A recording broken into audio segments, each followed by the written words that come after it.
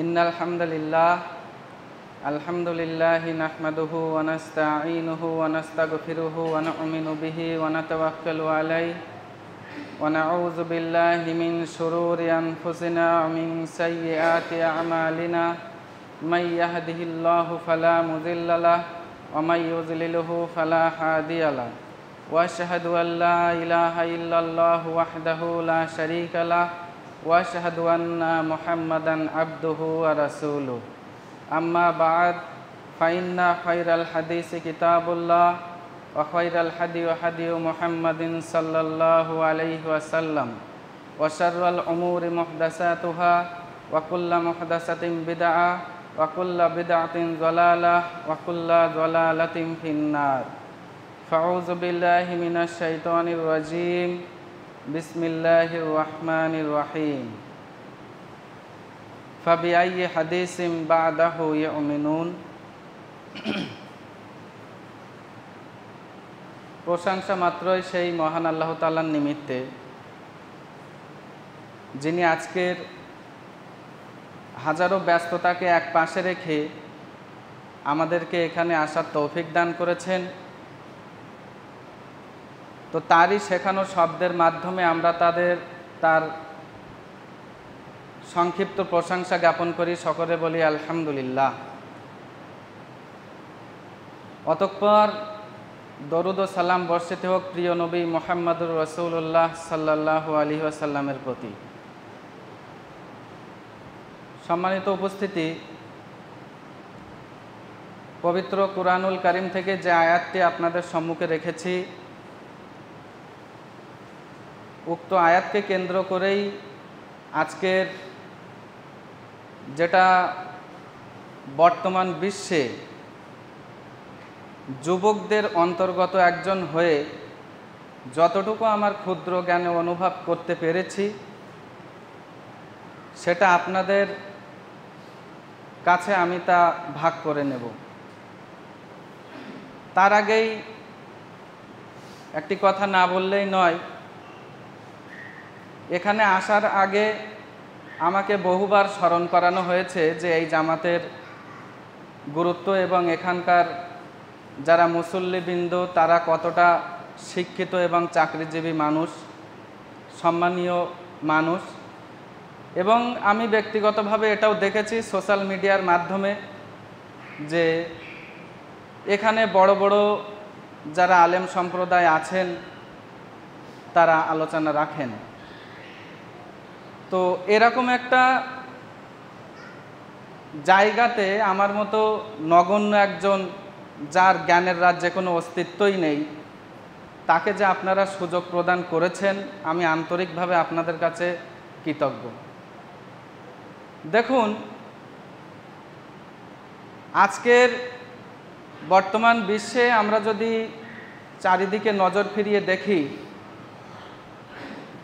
এবং পবিত্র কুরআনুল কারীমের আয়াত, যদি কুরআনুল কারীম আল্লাহ রাব্বুল আলামিনের বাণী এটা যদি আমাদের বিশ্বাস হয়ে থাকে, আমরা জানি না যে কতটুকু আমরা একেবারে অন্তরের চূড়ান্ত পর্যায়ে, একেবারে গভীরতম পর্যায় থেকে বা স্থান থেকে আমরা এটা বিশ্বাস করি যে পবিত্র কুরআনুল কারীম সত্যি আল্লাহ রাব্বুল আলামিনের বাণী, সত্যি আল্লাহ রাব্বুল আলামিনের প্রেরিত সংবিধান। তিনি বলছেন মানব জাতিকে লক্ষ্য করে, শুধুমাত্র মুসলিমদেরকে নয়, কিন্তু গোটা পৃথিবীতে মানুষ ছোট বড় যতটা জাতিতে, যতটা দলে বিভক্ত আছে, প্রত্যেকটা মানুষদেরকে আল্লাহ রাব্বুল আলামিন উদ্দেশ্য করে বলছেন যে ফাবিআইয়ি হাদিসিম বা'দাহু ইউমিনুন, যে আমি যে হাদিস তোমাদের জন্য প্রেরণ করলাম সেই হাদিসটাকে এক পাশে রেখে এরপরে আর কোন উত্তম হাদিস আছে যে হাদিসের প্রতি তোমরা ঈমান আনবে। সম্মানিত উপস্থিতি, আমরা যদি এই আয়াতের দ্বারা যে হাদিস বলেছেন আল্লাহ রাব্বুল আলামিন, এই হাদিস দ্বারা যদি আমরা এইটা বুঝে থাকি যে আমাদের মসজিদের লাইব্রেরি হোক বা এমনি যে কোনো ইসলামিক বই পুস্তক বিক্রি হয় সেই জায়গাতে যে সুন্দর বাইন্ডিং করা যে বইগুলো বিক্রি হয়, বুখারী শরীফ হোক আর মুসলিম শরীফ শরীফ যাই থাকুক না কেন, যদি সুন্দর বাধাই করা এইরকম একটা বইকে যদি আমরা মনে করে থাকি, তাহলে এটা কিন্তু আমার জ্ঞানে যেটা মনে হয়েছে যে এটা আমাদের জ্ঞানের সীমাবদ্ধতা ছাড়া কিছুই নয়। আল্লাহ রাব্বুল আলামিন বলছেন যে আমি তোমাদের জন্য যে হাদিস প্রেরণ করলাম, অর্থাৎ পরোক্ষভাবে যদি আমরা ভেবে দেখি কথাটা, তাহলে এটাই দাঁড়ায় যে আল্লাহ রাব্বুল আলামিন এই গোটা মানব জাতির জন্যে যে সংবিধান তিনি প্রেরণ করলেন, সেই সংবিধানকে এক পাশে রেখে পৃথিবীতে আর কোন উত্তম সংবিধান আছে যে সংবিধান মানুষের বাক স্বাধীনতার অধিকার, মানুষের ধর্মীয় স্বাধীনতার অধিকার, নারী স্বাধীনতার অধিকার, এই থেকে শুরু করে আপামর জনসাধারণ যার যেমনভাবে অধিকার ফিরিয়ে দেওয়ার কথা, আল্লাহ রাব্বুল আলামিনের সংবিধান ছাড়া মানবরচিত কোন সংবিধান আছে যে সংবিধান আমাদের সেই অধিকার ফিরিয়ে দিতে পারে? আমরা কয়েক মাস আগে মে দিবস পালন করে এসেছি, তাই তো? জাতিকে কি বোঝানোর জন্যে? মে দিবস মানে শ্রমিক দিবস। তো শ্রমিক সম্প্রদায় যারা আছেন, যারা লেবার শ্রেণী, তাদের কি করতে হবে? তাদের সম্মান প্রদর্শন করতে হবে, বা তারা যে শ্রম দেয় যে কোনো কাজের ক্ষেত্রে, সেই শ্রমটাকে আমাদেরকে মূল্যায়ন করতে হবে, এটা আমরা বলে থাকি। বা এইটা বোঝানোর জন্য আমরা আমাদের মস্তিষ্ক থেকে শ্রমিক দিবস নামে একটা দিবস, একটা এক্সাম্পল স্বরূপ আমি বলছি, একটা দিন আমরা তৈরি করে নিয়েছি। কিন্তু মুহাম্মদ রাসূলুল্লাহ সাল্লাল্লাহু আলাইহি ওয়াসাল্লাম, যার পদাঙ্ক অনুসরণ করে আমরা আজকে মুসলিম হয়েছি, তিনি যে একটি কথা বলে গেলেন যে শ্রমিকদের গায়ের ঘাম শুকিয়ে যাওয়ার আগে তাদের পারিশ্রমিক দিয়ে দাও। আচ্ছা, এখানে যারা উপস্থিত আছেন তাদের কাছে আমি প্রশ্ন রাখছি, পৃথিবীতে যত ইতিহাস আছে, যত দেশের প্রত্যেকটা ভূখণ্ডের প্রত্যেকটা জাতির যত ইতিহাস আছে, সেই ইতিহাসকে তন্ন তন্ন করে গবেষণা করতে করতে করতে করতে একেবারে আমরা চূড়ান্ত পর্যায়ে যদি পৌঁছে যাই, সেই মনে করুন সক্রেটিস, প্লেটো, অ্যারিস্টটল, তারপরে আধুনিক বিশ্বের উইলিয়াম হকিংস, রবি ঠাকুর, কাজী নজরুল ইসলাম, সাম্প্রতিক নোবেল জয়ী যে সমস্ত মানুষগুলো আছেন, অমর্ত্য সেন, সমস্ত বুদ্ধিজীবী মানুষদেরকে আপনি এক জায়গায় করুন আর দেখুন রাসূল সাল্লাল্লাহু আলাইহি ওয়াসাল্লাম যে একটা কথা বলে গেছেন, এই একটা কথার সমতুল্য হয় কিনা? হবে কি? বা হয়েছে কি?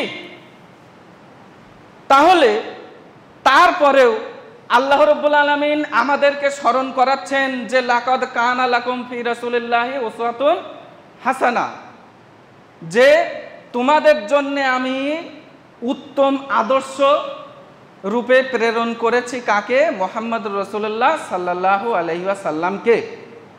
অর্থাৎ তার কাছে আল্লাহ রাব্বুল আলামিন যে জীবন ব্যবস্থা দিয়েছিলেন, একমাত্র মানব জাতি মুক্তি লাভ করতে পারে সেই জীবন ব্যবস্থাতে যখন আত্মসমর্পণ করবে তখনই কিন্তু।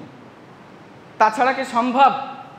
আমরা দেখেছি বিগত লাস্ট যখন 2023-এ নির্বাচন হলো, শুধু 2023-এর নির্বাচন নয়, এর আগেও, অথবা আমি এই কথাটা কেন বলছি আপনাদের সম্মুখে, কেননা আগামী 26-এ আবার সেই আমাদের জন্য বিরাট বড় অনুষ্ঠান, ইলেকশন এটা আসতে চলেছে, যেটাকে আমরা খুব উন্মাদনার সাথে উদযাপন করে থাকি।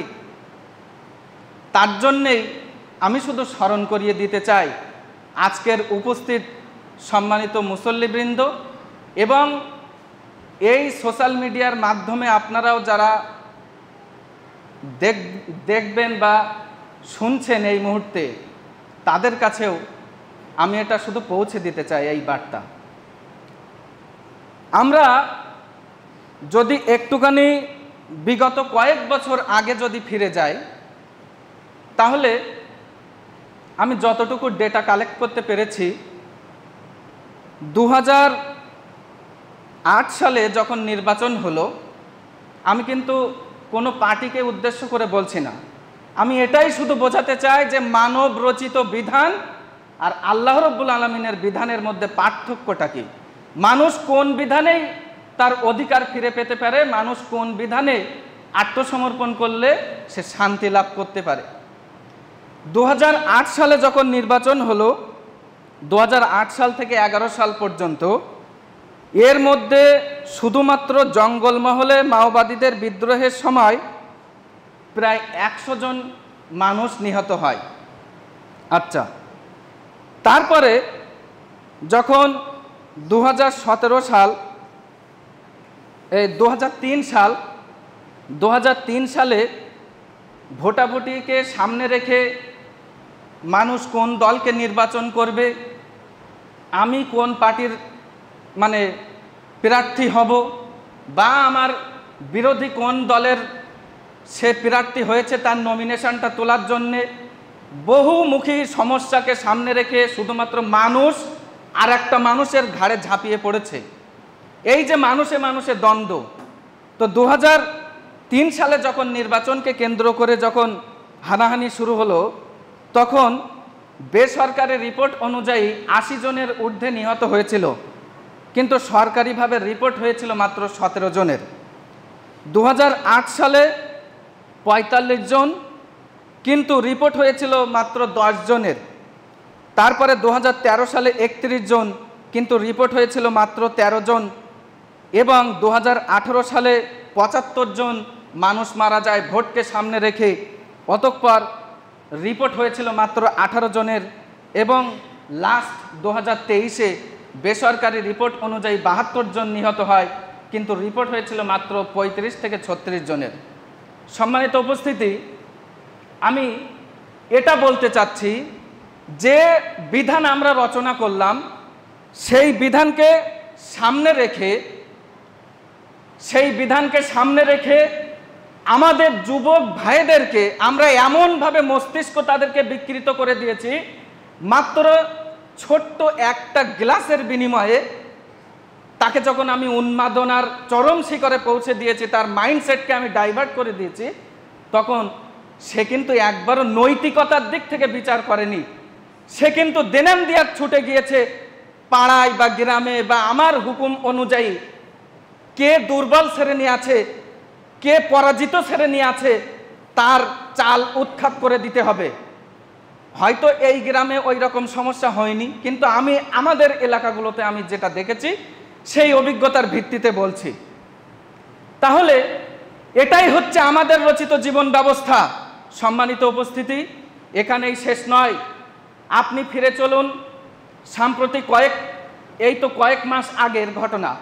আমাদের বাংলাতে ঘটে গেল আর.জি. কর হসপিটালের একটা মর্মান্তিক ঘটনা, তাই তো প্রত্যেকেই আমরা জানি।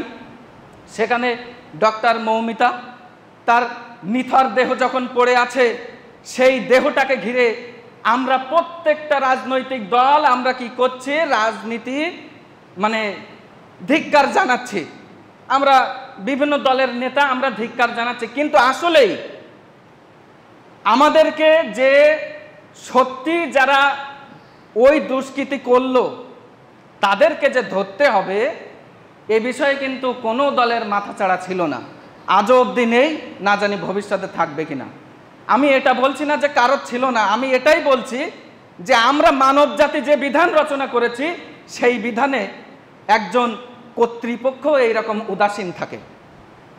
সম্মানিত উপস্থিতি, আমরা ভারতীয় যুব সমাজ ফেসবুক, হোয়াটসঅ্যাপ, ইউটিউব যত রকম সোশ্যাল প্ল্যাটফর্ম আছে না কেন, প্রত্যেকটা সোশ্যাল মিডিয়ায় আমরা স্ট্যাটাস দিয়েছি কিসের জন্যে? India has made history. Bharatvarsha ইতিহাস তৈরি করেছে।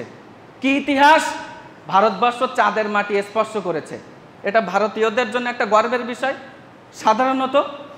আচ্ছা, আমি ক্ষুদ্র একটা যুবক, আমার জ্ঞান অনুসারে আমি এটা প্রশ্ন রাখতে চাই জাতির কাছে, যে দেশের আলোকবর্ষ দূরে অবস্থান করছে যে চন্দ্র, সেই চাঁদের মাটিতে স্পর্শ করার মতো টেকনোলজি যে রাষ্ট্রের হাতে থাকে, আচ্ছা সেই রাষ্ট্র যদি এটা ইচ্ছা করে, আমিও যে পৃথিবীতে হাঁটি সেই পৃথিবীতে ডক্টর মৌমিতাকে যারা ধর্ষণ করে হত্যা করেছিল, আচ্ছা সেই অপরাধী সেই ভূমিতে হাঁটছে তো নাকি এখনো?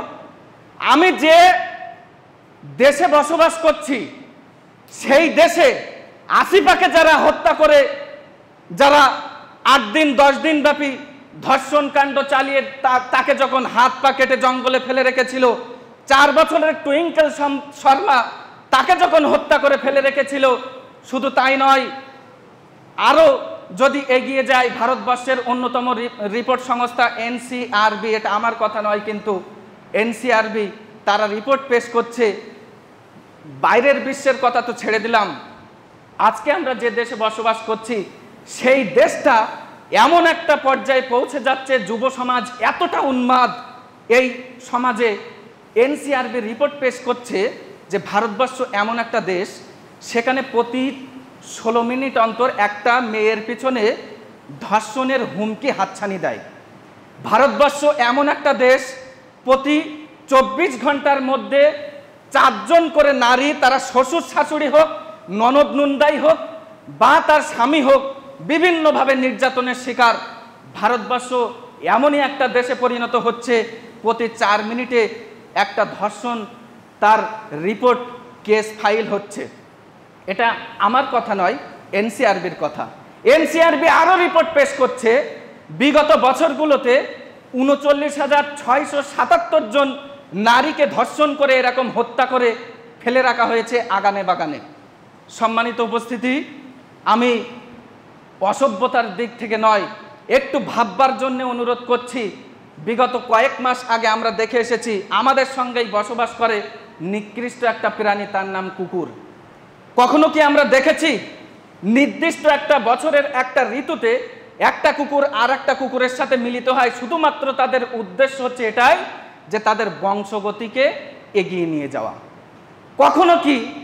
আমি তো দেখিনি, কিন্তু আপনারাও কি এখানে যারা সর্বোচ্চ বয়সের লোক এখানে বসে আছেন, যে ব্যক্তিটা বসে আছেন, আমি তার কাছে জিজ্ঞাসা করতে চাচ্ছি, এটা আপনিও কি কোনোদিনও এই চিত্র দেখেছেন আপনার সমাজে, যে একটা ছেলে কুকুর একটা মেয়ে কুকুরকে পছন্দ করলো এবং সেই ছেলে কুকুরটা মেয়ে কুকুরের কাছে গেল দৈহিক সম্পর্ক স্থাপনের জন্যে, অতঃপর সেই নারী কুকুরটা এই ছেলে কুকুরটাকে কি করলো? রিফিউজ করে দিল, ইনকার করে দিল। আর সেই ছেলে কুকুরটা তখন সে তার ডেরাতে গিয়ে সে তার দলবলকে ডেকে এনে এটা বলেছে যে, দাঁড়া, তুই আমার পছন্দর রাজি হলি না, আমার সাথে তোর দৈহিক সম্পর্ক করতে দিলি না। অতঃপর সেই নিকৃষ্ট কুকুরটা, ছেলে কুকুরটা, ওই নারী কুকুরের দেহটাকে কামড়ে ছিঁড়ে রক্তাক্ত করে বাগানে আগানে ফেলে রেখেছে। এরকম কুকুর কোনোদিন এই দৃশ্য স্থাপন করেছে কি? করেনি। তাহলে একমাত্র সৃষ্টিজীব মানুষ আমরাই কিন্তু সমাজে এই চিত্র স্থাপন করে যাচ্ছি, যেটা একটা নিকৃষ্ট ইতর প্রাণী সে কিন্তু এই দৃশ্য স্থাপন করেনি। তাহলে আমি যেটা বলছিলাম যে ভারতবর্ষ এমন একটা রাষ্ট্র, আলোকবর্ষ দূরে যে একটা বস্তু চাঁদ অবস্থান করছে, সেই চাঁদের মাটি আমি স্পর্শ করার ক্ষমতা রাখি, আর আমার পৃথিবীতে বসবাস করছে, আমার সঙ্গেই বসবাস করছে, আমার হাতের নাগালেই বসবাস করছে, সেই ধর্ষককে ধরার মতো টেকনোলজি আমার হাতে নেই।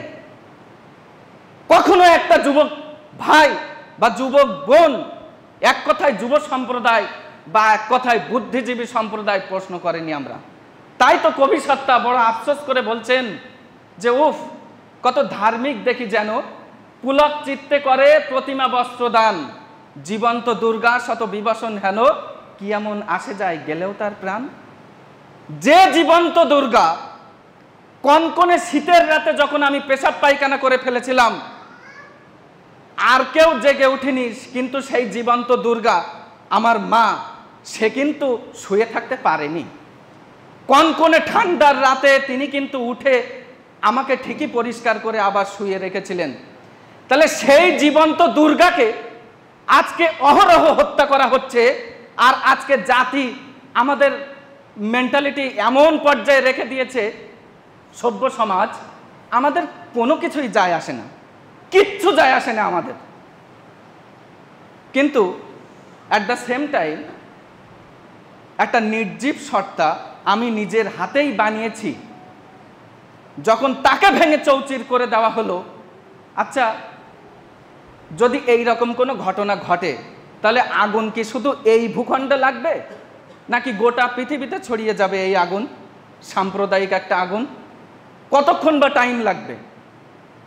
তাহলে আজকের আধুনিক সভ্য সমাজ আমার আপনার চিন্তাকে ওই রকম একটা পর্যায়েই রেখে দিয়েছে। সম্মানিত উপস্থিতি, একটুখানি ফিরে চলুন আল্লাহ রাব্বুল আলামিন আমাদের জন্য কেমন জীবন ব্যবস্থা দিয়েছিলেন। যে সময়ে হযরত ওমর রাদিয়াল্লাহু আনহু তিনি যখন খিলাফতে অধিষ্ঠিত হন, ঘটনা সবই আপনারা জানেন, আমি শুধু স্মরণ করিয়ে দিতে চাচ্ছি। যে সময়ে তিনি যখন খিলাফতকালে পৃথিবীর অর্ধেক পৃথিবীর রাজত্ব যখন তার হাতের মুঠোয়, সেই মানুষটা তিনি যখন রাতের আধারে নিজেই ইনভেস্টিগেট করছেন যে ওমরের রাজ্যে যদি একটা কুকুর শ্রীগালও যদি কাল কিয়ামতের ময়দানে আল্লাহ রাব্বুল আলামিনকে বলে যে আমি ওমরের রাজত্বে না খেয়ে মারা গিয়েছিলাম, তাহলে আমি আল্লাহ রাব্বুল আলামিনের কাছে কি জবাব দেব? শুধু এই ভয়ে একটুখানি ভাববার জন্য অনুরোধ করছি, অর্ধেক পৃথিবীর রাজত্ব যার হাতে, সেই মানুষটা দায়বদ্ধতার কারণে তিনি ঘরের মধ্যে শুয়ে থাকতে পারলেন না। তিনি রাতের আধারে নিজেই ইনভেস্টিগেট করে দেখছেন। তারপরে তিনি যখন পেয়ে গেলেন একটা মহিলা তার সন্তানদেরকে এক পাশে রেখে তিনি পানি গরম করছেন, তখন ঘটনা প্রত্যেকেই আমরা জানি। তিনি যখন এই চিত্র দেখলেন আড়াল থেকে, রাষ্ট্রীয় কোষাগার থেকে আবার তিনি ওই মহিলাটির ঘরে মাল সম্পদ পৌঁছে দেওয়ার জন্যে তিনি নিজেই বস্তা ভরে সেই মহিলার জন্যে খাদ্য নিজে পিঠে করে বয়ে নিয়ে যাচ্ছেন। তার যে খাদেম ছিল তিনি তাকে প্রশ্ন করছেন, হে আমিরুল মুমিনিন, আপনি ওটা আমার কাছে দিন।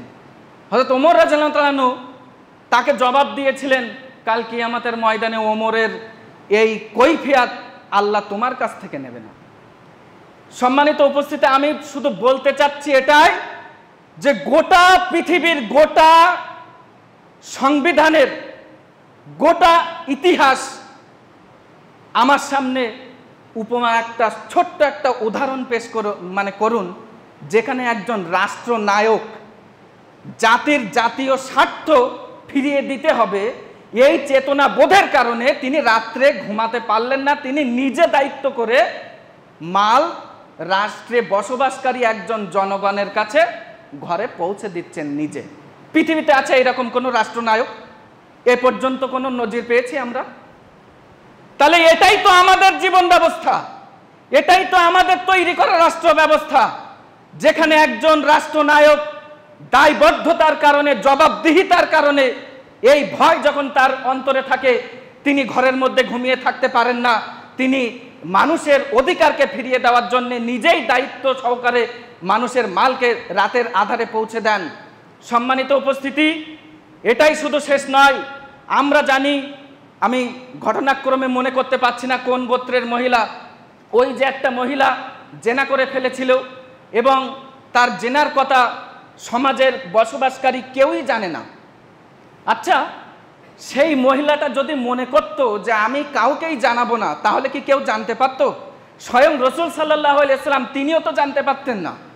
তাহলে ওই মহিলাটি জেনা করার পর তার গর্ভে যখন সন্তান এসে গেল, তিনি তখন যাচ্ছেন হযরত রাসূল সাল্লাল্লাহু আলাইহি ওয়াসাল্লামের দরবারে। তখন গিয়ে নিজেই বলছেন যে ইয়া রাসূলুল্লাহ, আমি এই অন্যায় করে ফেলেছি, আমাকে পবিত্র করে দেন। রাসূল সাল্লাল্লাহু আলাইহি ওয়াসাল্লাম তাকে কি সমাধান দিলেন? যে তুমি বাড়ি ফিরে যাও, তুমি আল্লাহর কাছে ক্ষমা প্রার্থনা করো। আল্লাহ তোমাকে ক্ষমা করে দেবেন। তারপরেও ওই মহিলা আবার আসে রসুল সাল্লাল্লাহু আলাইহি সাল্লামের কাছে, আবার একই কথা বলে। তখন রসুল সাল্লাল্লাহু আলাইহি সাল্লাম বলছেন যে এই মহিলা কি পাগল নাকি? পাশে অন্য সাহাবীগণ বলছেন যে না, মহিলা পাগল নয়, ভালো। তখন তাকে বললেন কি, তোমার গর্ভে কি সন্তান এসে গিয়েছে? তখন মহিলাটি বললেন যে হ্যাঁ। তখন রসুল সাল্লাল্লাহু আলাইহি সাল্লাম সমাধান দিলেন যে তুমি ওই সন্তানটাকে আগে প্রসব করাও, তারপরে তুমি আমার কাছে ফিরে এসো। সম্মানিত উপস্থিতি, একটা সন্তান প্রসব যখন গর্ভধারণ হলো আর প্রসব করতে এই যে ব্যবধান প্রায় 9 থেকে 10 মাস, আমরা ধরে নিতে পারি 1 বছরের কাছাকাছি।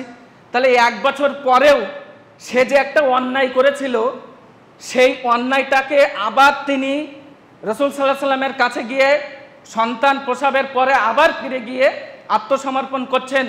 রসুল সাল্লাল্লাহু আলাইহি সাল্লাম তাকে বললেন কি, যে তুমি ওই মহিলাটাকে তুমি ওই সন্তানটাকে দুধ পান করাও, দুধ পান করানোর সময়সীমা যখন শেষ হবে তুমি তখন আমার কাছে এসো, আমি তখন তোমার বিচার করে দেব। ওই মহিলাটি তারপরে রসুল সাল্লাল্লাহু আলাইহি সাল্লামের কথা মোতাবেক দুধ পান করালেন প্রায় 2.5 বছর, আমরা যেটা নর্মাল সময় জানি। তাহলে ওদিকে 1 বছর, এদিকে 2.5 বছর, প্রায় 3.5 বছর। তাহলে 3.5 বছর পরেও রাষ্ট্রে বসবাসকারী একটা সাধারণ ক্ষুদ্র জনগণ তিনি যে অন্যায় করেছিলেন সেই অন্যায়ের কথা ভুলতে পারলেন না। তিনি যাচ্ছেন কোথায়? রাষ্ট্রনায়কের কাছে, তাই তো নাকি? আমরা জানি রসুল সাল্লাল্লাহু আলাইহি সাল্লাম নবী, তো তিনি তো তার হাতে তো রাষ্ট্রীয় ক্ষমতা এসেছিল। তাহলে রাষ্ট্রের একজন সাধারণ জনগণ উইদাউট এনি সিবিআই ইনভেস্টিগেশন, কোনো রকম সিবিআই তদন্ত ছাড়াই একটা জনগণ রাষ্ট্রনায়কের কাছে তিনি নিজেই গিয়ে ধরা দিচ্ছেন, তিনি নিজেই গিয়ে আত্মসমর্পণ করছেন। রাষ্ট্রনায়ককে তিনি বলছেন যে আমার বিচার করে দেওয়া হোক। এ কেমন জীবন ব্যবস্থা? পৃথিবীতে আল্লাহ রাব্বুল আলামিন এই যে সংবিধান, এই যে জীবন ব্যবস্থা আমাদেরকে দিয়েছেন, যেখানে রাষ্ট্রনায়ক নিজে ছুটে যায়, যেখানে রাষ্ট্রে বসবাসকারী জনগণ নিজে ছুটে আসে রাষ্ট্রনায়কের কাছে, নিজে বিচার চায় কোনো রকম সিবিআইদের তদন্ত ছাড়াই, তাহলে এই জীবন ব্যবস্থাকে এক পাশে রেখে পৃথিবীতে আর কোন জীবন ব্যবস্থা আছে? কোথায় আছে সেই উত্তম জাতি? কোথায় আছে সেই উত্তম মস্তিষ্ক, যার মস্তিষ্ক থেকে উত্তম সংবিধান বেরিয়ে এসেছে, আর আমরা মানব জাতি সেই সংবিধানে গিয়ে আত্মসমর্পণ করব? আছে কি কোথাও? সম্মানিত উপস্থিতি, ক্রুসেড যুদ্ধের ইতিহাস লিখতে গিয়ে এডওয়ার্ড গিবন, তিনি একজন ইংলিশ হিস্টোরিয়ান, একজন ঐতিহাসিক। ওনার জন্ম 1737 সালে এবং 1794-তে উনি মারা গিয়েছিলেন। তিনি ক্রুসেড যুদ্ধের ইতিহাসকে গবেষণা করতে করতে যখন এক পর্যায়ে তিনি জানতে পারলেন মুসলিম বিশ্বের অন্যতম একজন খলিফা হযরত ওমর রাদিয়াল্লাহু তাআলা আনহুর কথা, তিনি তখন হযরত ওমর রাদিয়াল্লাহু তাআলা আনহুর জীবনকে গবেষণা করে এই কথা লিখতে তিনি বাধ্য হয়েছেন। তার বই, উনি একটি বই লিখেছিলেন, বইটার নাম হচ্ছে decline and fall of the Roman empire, volume number 5, page number 400, প্রকাশনা 1890। ওই বইতে এডওয়ার্ড গিবন বলছেন হযরত ওমরের ব্যাপারে, হযরত ওমর রাদিয়াল্লাহু তাআলা আনহুর ব্যাপারে। তিনি বলছেন যে his food কনসিস্টেড of barley bread or dates. তিনি বলছেন যে মুসলিম বিশ্বে হযরত ওমর ছিলেন এমন একজন রাষ্ট্রনায়ক, এমন একজন খলিফা, যার প্রধানতম খাদ্য বলতে ছিল কি? খেজুর এবং জবের আটার রুটি। তারপরে উনি বলছেন হিজ ড্রিঙ্ক ওয়াজ ওয়াটার, তার পানীয় বলতে ছিল পানি, যেটাকে আমরা বলি জল। তারপরে উনি বলছেন যে he preached in a gown that was torn or tattered in 12 places। Edward Gibbon বলছেন যে মুসলিম বিশ্বের অর্ধেক পৃথিবীর রাজত্ব থাকা সত্ত্বেও এমন একজন খলিফা মুসলিমরা পেয়েছিল, তিনি জামা পরতেন, একটা পোশাক পরে মানুষদেরকে আল্লাহর পথে আহ্বান করতেন, সেই পোশাকে ন্যূনতম 12টা জায়গায় তালি মারা থাকতো। তারপরে উনি আরও এগিয়ে চলুন, উনি বলছেন এ পার্সিয়ান সেটআপ একজন পারস্য সাম্রাজ্যের অধিকর্তা who paid his homage to the conqueror. তারপরে তিনি বলছেন যে তিনি বিজেতা হওয়ার পরে তিনি যে রাজ্যকে বিজয় করলেন, যে ভূখণ্ডকে বিজয় করলেন, সেই ভূখণ্ডের অধিবাসীদের উপরে একেবারে কোমল হৃদয় তিনি ঢেলে দিয়েছিলেন। তাই নয় কি, তিনি যখন পারস্য সাম্রাজ্য বিজয় করলেন, তিনি যখন উটে করে যখন যাচ্ছেন, আনুষ্ঠানিকভাবে সেই রাষ্ট্রীয় কোষাগারের পদ তিনি যখন গ্রহণ করবেন, তখন আমরা প্রত্যেকেই জানি এই ঘটনা যে হযরত ওমর রাদিয়াল্লাহু আনহু মাঠ পথে ভাগাভাগি করে নিচ্ছেন তার খাদেমের সাথে। উটের পিঠে তিনি কখনো উঠছেন, আবার তিনি নেমে তার খাদেমকে আবার উটের পিঠে চাপিয়ে তিনি রশি ধরে টানছেন। এডওয়ার্ড গিবন বলছেন এই কথা। তারপরে বলছেন যে found him asleep among the beggars on the steps of the mosque of Medina. অর্ধেক পৃথিবীর শাসন কার্য যার হাতে আছে, সেই মানুষটাকে অধিকাংশ সময়ই খুঁজে পাওয়া যেত কোথায়? তিনি মদিনার কোনো একটা মসজিদে। আমাদের এখানে বর্ধমান, মুর্শিদাবাদ ওই দিক থেকে আমরা প্রত্যেক রমজানের পরে যেমন আসে না, সহযোগিতা চাইতে আসে, ঠিক ওই রকমই অর্ধেক পৃথিবীর রাষ্ট্রনায়ক তিনি শুয়ে আছেন কোথায়? তাকে অধিকাংশ সময় তাকে পাওয়া গিয়েছে কোথায়? হযরত ওমর কোথাও নেই। তাহলে কোথায় ওমর? মদিনার কোনো একটা মসজিদের সিঁড়িতে শুয়ে আছে। ভাবতে পারেন একবার? আচ্ছা, এই জীবন ব্যবস্থা এটা একমাত্র মুসলিমদের ছাড়া পৃথিবীর অন্য কোনো জাতির নয়, একমাত্র আল্লাহ রাব্বুল আলামিনের ছাড়া অন্য কোনো মানব মস্তিষ্ক থেকে বেরিয়ে আসা জীবন ব্যবস্থা নয়, যেখানে একজন রাষ্ট্রনায়ক সিংহাসনে বসে না থেকে তার পাশে জেড ক্যাটাগরির সিকিউরিটি ছাড়াই তিনি মসজিদের দ্বারে শুয়ে আছেন। ভাবতে পারেন? সম্মানিত উপস্থিতি, লাস্ট একটি কথা বলেই আমি শেষ করছি। মানুষের অধিকার ফিরিয়ে দেওয়ার জন্যে আমরা মুসলিমরা কি ভূমিকা রেখেছিলাম? যখন যুদ্ধের ময়দানে যখন বিভীষিকাময় পরিস্থিতি, সেই পরিস্থিতিতে যখন কোনো একটা যুদ্ধে যখন কোনো একটা সাহাবী পানি পানি বলে চিৎকার করছেন, তখন একজন সাহাবী যখন শুনতে পেলেন, সেই সাহাবী এক গ্লাস পানি হাতে দৌড়ালেন। প্রথম যাকে তৃষ্ণা পেয়েছিল তার কাছে যখন তিনি দৌড়ে গেলেন, অতঃপর তিনি যখন পানি পান করতে যাবেন, পানি পান করার প্রাক মুহূর্তে তার কানে আবার অন্য কোনো সাহাবী যুদ্ধের ময়দানে তার কানে ভেসে আসলো যে তিনিও তৃষ্ণার্ত। এই প্রথম যার তৃষ্ণা পেয়েছিল এই সাহাবী তখন ওই গিলাস হাতে ওই সাহাবীকে বললেন যে আমার চাইতে প্রয়োজনটা ওর বেশি, ওর কাছে নিয়ে যাও। ওই সাহাবী তখন দ্বিতীয় জনের কাছে গেলেন, দ্বিতীয় জনের কানেও একই রকম আওয়াজ আসলো, দ্বিতীয় জন একই রকম বললেন যে তৃতীয় জনের কাছে যাও। এই সাহাবী তখন তৃতীয় জনের কাছে পানি নিয়ে গেলেন। তিনি পানি নিয়ে পৌঁছায় তিনি দেখলেন যে তৃতীয় জন ইনি পৌঁছানোর আগেই দুনিয়া থেকে ইন্তেকাল করেছেন। তারপরে উনি পানির গ্লাস হাতে দৌড় দিলেন দ্বিতীয় জনের কাছে, দ্বিতীয় জন ইন্তেকাল করলেন। তখন তিনি প্রথম জনের কাছে আসলেন, তিনি দেখলেন যে প্রথম জন তিনিও দুনিয়া থেকে বিদায় নিয়েছেন। সম্মানিত উপস্থিতি, এটাই ছিল আমাদের স্বর্ণালী ইতিহাস, এটাই ছিল আমাদের মানুষের অধিকারকে কিভাবে যুদ্ধের ময়দানে আমাদের জীবনকে বাজি রেখে আমরা মানুষের অধিকার এই রকম ভাবে প্রতিষ্ঠিত করে গিয়েছি। আর আজকে আমাদের রচিত জীবন ব্যবস্থায় সামান্য এক প্যাকেট আটা কে বেশি পাবে তাই নিয়ে বুথে বুথে মারামারি। ওপর থেকে সহযোগিতা এসেছে একটা তেরেপোল, কে তেরেপোল নেবে একটা তাই নিয়ে মারামারি। এটা মানব মস্তিষ্কের মধ্য থেকে বেরিয়ে আসা জীবন ব্যবস্থার নমুনা। আর আমরা যে জীবন ব্যবস্থার মধ্যে মাথা নত করে এইরকম একটা স্বর্ণালী ইতিহাস গোটা দুনিয়ার মানুষকে আমরা উপহার দিয়েছি, সেটা একমাত্র আল্লাহ রাব্বুল আলামিনের তরফ থেকেই প্রেরিত আমাদের জন্য সেই সংবিধান, আমাদের জন্য সেই জীবন ব্যবস্থা। তাই তো আল্লাহ রাব্বুল আলামিন বললেন যে ফাবিআইয়ি হাদিসিন বাদাহু ইউমিনুন। তাহলে আমি যে জীবন ব্যবস্থা তোমাদেরকে দিলাম, যে জীবন ব্যবস্থায় একটা রাষ্ট্রনায়ক মানুষের অধিকার ফিরিয়ে দেওয়ার জন্য দৌড়ে চলে যায়।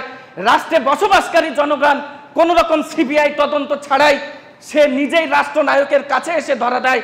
রাষ্ট্রে বসবাসকারী জনগণ আর একজনকে মানে প্রতিবেশীর মূল্যায়ন করে সে নিজের জীবনকে বাজি রেখে তারও অধিকারকে সুনিশ্চিত করে যুদ্ধের ময়দানে পর্যন্ত নিজের জীবনকে দিয়ে। এই রকম ইতিহাস পৃথিবীর কোনো জাতি স্থাপন করেছে নাকি একমাত্র মুসলিমরাই? তারপরেও আমরা আল্লাহ রাব্বুল আলামিনের সংবিধানে মাথা নত করিনি। আমরা যতই মুখে বলি না কেন, আমরা পরোক্ষভাবে কিন্তু সেই গণতান্ত্রিক জীবন ব্যবস্থার মধ্যে পরসংস্কৃতির মধ্যে আমরা গোলাম হয়ে গিয়েছি। আল্লাহ রাব্বুল আলামিন আমাদের সঠিক বুঝ শক্তি দান করুন। তাই তো আল্লাহ রাব্বুল আলামিন আমাদেরকে স্মরণ করিয়ে বলছেন যে আল্লামাল ইনসানা মা লাম ইয়ালাম, আমি মানুষকে শিক্ষা দিয়েছি ওটাই যা তারা ইতিপূর্বে জানতো না। একবার ভেবে দেখুন কি ইতিহাস ছিল আরব্য ভূখণ্ডে। নিজের জন্মজাত মানে কন্যা সন্তানকে বুকে পাথর নিক্ষেপ করে হত্যা করছে নিজের পিতা। নিজের মাকে বিয়ে করার জন্য যখন নিজের পিতা মারা গেল, তখন ওই মহিলাটির গায়ে কে আগে চাদর নিক্ষেপ করে দেবে, সেই মহিলাটি ওই যে পুরুষের চাদর তার গায়ে পড়বে আগে, সেই মহিলা হবে তার স্ত্রী। আর ওই লাইনে তার নিজের ছেলেও বাদ যেত না। ভেবে দেখুন, এই ইতিহাস ছিল মানে আল্লাহ রাব্বুল আলামিনের কাছে পাওয়া এই চূড়ান্ত পর্যায়ের সংবিধান একটা আলো আসার আগের মুহূর্ত। অতঃপর যখন আলো আসলো, যখন সেই সংবিধান আসলো, সেই মানুষগুলোর হাতেই আল্লাহ রাব্বুল আলামিন গোটা বিশ্বের রাজত্ব দিয়ে দিলেন। আজকেও সম্ভব আমাদের কাছে আল্লাহ রাব্বুল আলামিন সেই রাজত্ব ফিরিয়ে দিবে। অতঃপর আমরা বিষ হারিয়ে ঢোড়া হব না। নিশ্চয়ই আল্লাহ রাব্বুল আলামিন আমাদের সঠিকটা বোঝার তৌফিক দান করুন, আমিন। এই বলে আমি আমার সংক্ষিপ্ত আলোচনা ইতি করছি। বলার মাধ্যমে যদি কোনো ভুল ত্রুটি হয়ে থাকে, অবশ্যই জাতীয় ভাই এবং অভিভাবক সমতুল্য মনে করে, নিজের সন্তান মনে করে আপনারা ক্ষমার দৃষ্টিতে দেখবেন। আমি প্রথম থেকে শেষ পর্যন্ত কোনো মাদ্রাসাতে পড়ে যে একেবারে বিশাল পাণ্ডিত্য অর্জন করেছি তা কিন্তু নয়। জমিয়াতে আহলে হাদিস পশ্চিমবাংলার ছত্রছায়ায় পরিচালিত, স্বরূপনগর থানা কমিটির উদ্যোগে পরিচালিত স্বরূপদা পিস লাইব্রেরি অ্যান্ড ইসলামী দাওয়া সেন্টারের একজন নগণ্য সাধারণ সদস্য।